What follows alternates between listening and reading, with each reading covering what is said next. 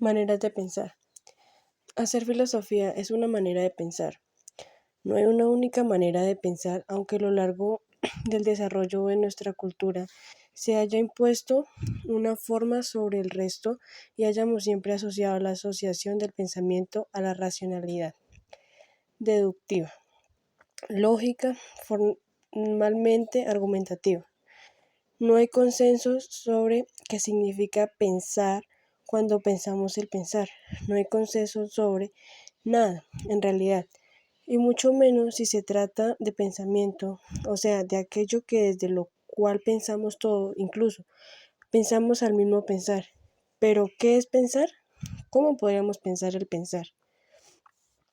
En principio, diríamos que es una actividad de nuestra mente, pero duplicamos el problema. ¿Qué es la mente? ¿Con qué pensamos? Con el cerebro, con las neuronas, con el alma, con la palabra, con la razón. ¿Y qué es la razón? ¿Es algo separado de nuestro cuerpo o es también una acción corporal que no se asume como tal?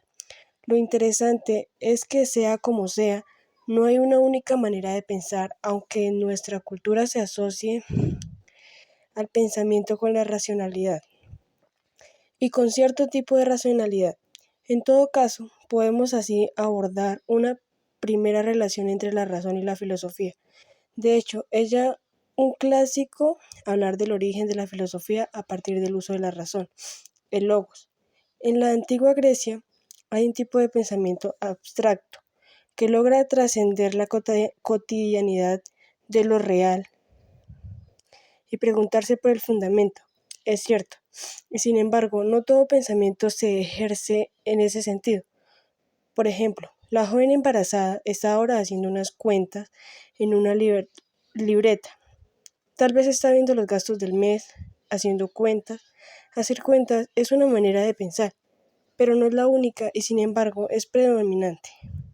Deducir resultados o consecuencias o conclusiones de un razonamiento es la forma de pensar más utilizada en nuestras sociedades. Nuestra razón aísla y abstrae las formas de estructuras lógicas y así podemos entender, por ejemplo, que si el joven que está sentado se para y toca el timbre es porque va a bajar. Si A es B y B es C, naturalmente A es C. Ese naturalmente es el paso, la inferencia que nuestra mente realiza a partir de ciertas premisas. Extraer conclusiones debidamente fundamentadas es una manera de pensar, pero no es la única. De hecho, el mismo verbo contar admite el significado de contar números y al mismo tiempo de contar cuentos. Y está claro que no es lo mismo una cuenta de un cuento. Hay otras maneras de pensar. Por ejemplo, cuando buscamos el fundamento de todo, partimos de situaciones que nos presentan en la cotidianidad e intentamos entender su razón, su sentido, su proveniencia, su porqué, ya no como hace el joven para bajar el colectivo, sino ¿por qué hay colectivos? Ni por qué hay colectivos, en el sentido de hay colectivos porque alguien lo fabricó, sino por qué hay colectivos, o sea, ¿para qué? ¿Con qué sentido? ¿Por qué el universo necesitó que hubiera colectivos? Tampoco se trata de pensar que hay colectivos porque la gente necesita transportarse y necesita transportarse porque tiene que llegar temprano al trabajo. Y necesita llegar temprano al trabajo para que la sociedad de trabajo funcione y todos cumplan con su rol de modo. Taxativo y productivo, y unos pocos se llenen los bolsillos de dinero y unos muchos se mueran de hambre trabajando para los pocos. Sino, ¿por qué nos movemos? ¿Por qué nuestros cuerpos vinieron así? ¿Y por qué hay cuerpos? ¿Y por qué con estas características? ¿Y por qué hay cuando pudo no haber habido nada? Y la respuesta es no sé, o no se sabe, o nunca se podrá saber, o irresoluble, o no se trata de preguntas que busquen ser respondidas de modo definitivo, pero igual hay pensamiento. ¿Y de qué tipo de pensamiento se trata? ¿Qué es esta manera de pensar que no resuelve sino que abre? ¿Y para qué sirve? ¿Y por qué todo tiene que servir para algo? Hay muchas maneras de pensar, deducir y argumentar, pero también asociar e imaginar. El mundo de nuestra conciencia se va ampliando cada día más y sobre todo en su interconexión con los desarrollos tecnológicos materiales que hacen de la realidad algo que se transforma todo el tiempo. Está claro que no es lo mismo la acción de imaginar antes o después de la invención de la electricidad o del avión, o que no es lo mismo asociar antes y después de la informática. Aunque también está claro que las grandes preguntas existenciales en esencia no han mutado mucho y seguimos preocupados siempre por los mismos temas: el amor, la muerte, la felicidad, el tiempo. La relación entre el humano y aquello que lo transforma es una pregunta filosófica, de esas que han hecho eje en la historia de la filosofía y que incluso remiten a un tema más abstracto, que es la cuestión de las esencias. ¿Existe o no existe algo inmutable que hace que cada cosa lo que es y no es otra cosa? ¿Hay, por ejemplo, una esencia del humano?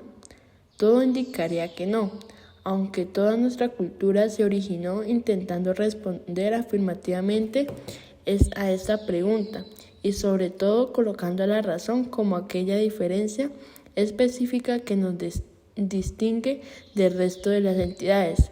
Nuestra esencia siempre ha sido el ser un animal que piensa.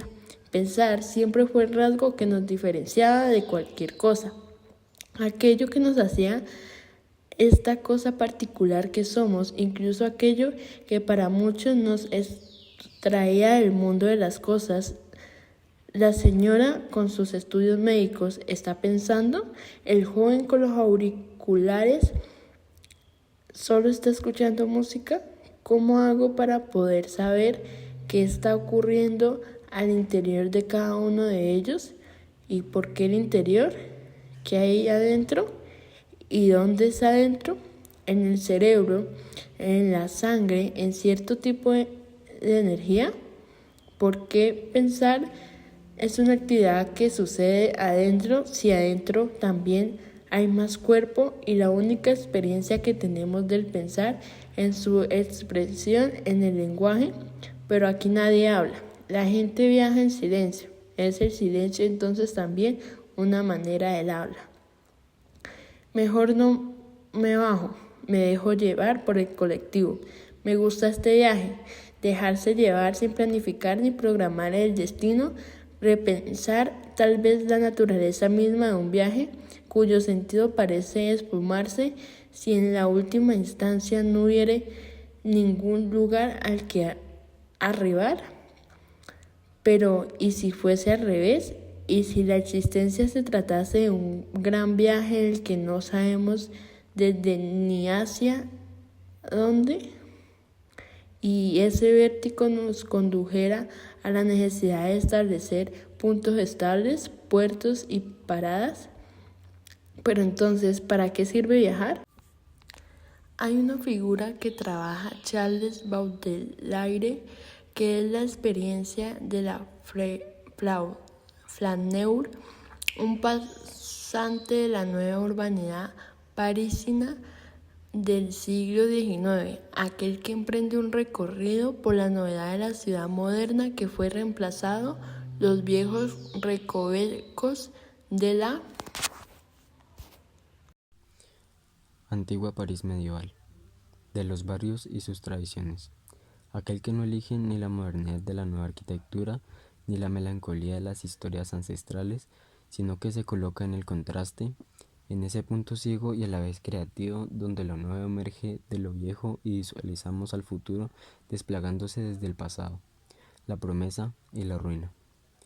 El flaneur se deja llevar por la ciudad para que la ciudad lo sorprenda y poder de ese modo despegarse de cierta lógica que concatena los conceptos de acuerdo a estructuras fijas, casi como ese poema surrealista donde se enseña el modo de hacer un poema surrealista y se clama no escribir la palabra que lógicamente sabemos que iría en sucesión con la anterior, romper la lógica, romper de la lógica. El flaneur elige siempre mal porque no elige según la lógica. No tiene sentido salir a viajar sin rumbo. No tiene sentido intentar siempre romper la obviedad de los caminos. Si todo indica que hay que bajar en esta parada, mejor seguir, y si todo indica que no hay que bajar, mejor tocar el timbre. Tocó el timbre, se abre la puerta. Siempre una puerta que se abre, pero siempre y previo el timbre que se toca. Pero hay timbre porque hay puerta. ¿Por cuál primero está la puerta? Siempre hay una puerta, para salir o para encerrarse. Ya me bajé. Hacer filosofía es una manera de pensar que privilegia la búsqueda del fundamento. La cotidianidad se nos presenta funcionando a pleno, con todos sus recursos puestos al servicio de que todo funcione. Entro al ascensor, toco el botón y el ascensor sube. Camino por la calle, me cruzo a una persona y la persona no se abalanza sobre mí para asesinarme. Tengo hambre, como estas galletitas, y el hambre cede. Hay causas y efectos, hay leyes y hay un funcionamiento efectivo de las cosas. Podemos reconocer las causas de este orden, podemos explicar por qué llueve, por qué el colectivo anda, por qué nacen los bebés, podemos explicar el funcionamiento de cualquier cosa, y más si se trata de entidades creadas por el ser humano. Es cierto que no podríamos abarcar la totalidad de las explicaciones de todo lo que nos rodea en su funcionamiento efectivo. Por eso damos por supuesto en general su eficacia. Lo damos por obvio. De eso se trata la cotidianidad. No estamos todo el tiempo preguntando por las razones, ya que si no deberíamos poder saberlo todo para luego poseer la confianza y emprender cualquier acción. Pero la cotidianidad necesita de un pacto de confianza y sobre todo de un pacto de olvido. Nos subimos al avión, comemos lo que viene adentro de la lata, tomamos la pastilla que nos receta el médico, cruzamos a la persona por la calle. No podemos saberlo todo, aunque todo debe mostrar sus razones si así fuese solicitado. Esa es la esencia de nuestro pacto, que se pone en evidencia cuando lo que tiene que funcionar no funciona. Como este semáforo permaneció en rojo, nunca cambió su luz. Las bocinas aturden, y eso que no hay mucha gente. Pero ¿por qué no lo cruzan en vez de tocar tanta bocina? ¿Dónde estaré? ¿Cuál es este barrio? Creo que salí de la capital. Los autos finalmente comienzan a cruzar en rojo. Algo está funcionando mal, pero funcionando. De hecho, no hay choques. Todos miran con otro cuidado, miran de otro modo. Todos están cruzando la calle y los semáforos no andan, pero no hay choques. Claramente todos manejan más despacio, pero con más atención. Entonces, ¿para qué sirven los semáforos? No hay una estrecha relación entre el orden que rige con los semáforos y la necesidad imperiosa de achicar los tiempos de los traslados. ¿Y qué es achacar los tiempos? ¿Cómo se achica el tiempo? Cuando se achica el tiempo, ¿no se achica también la mirada?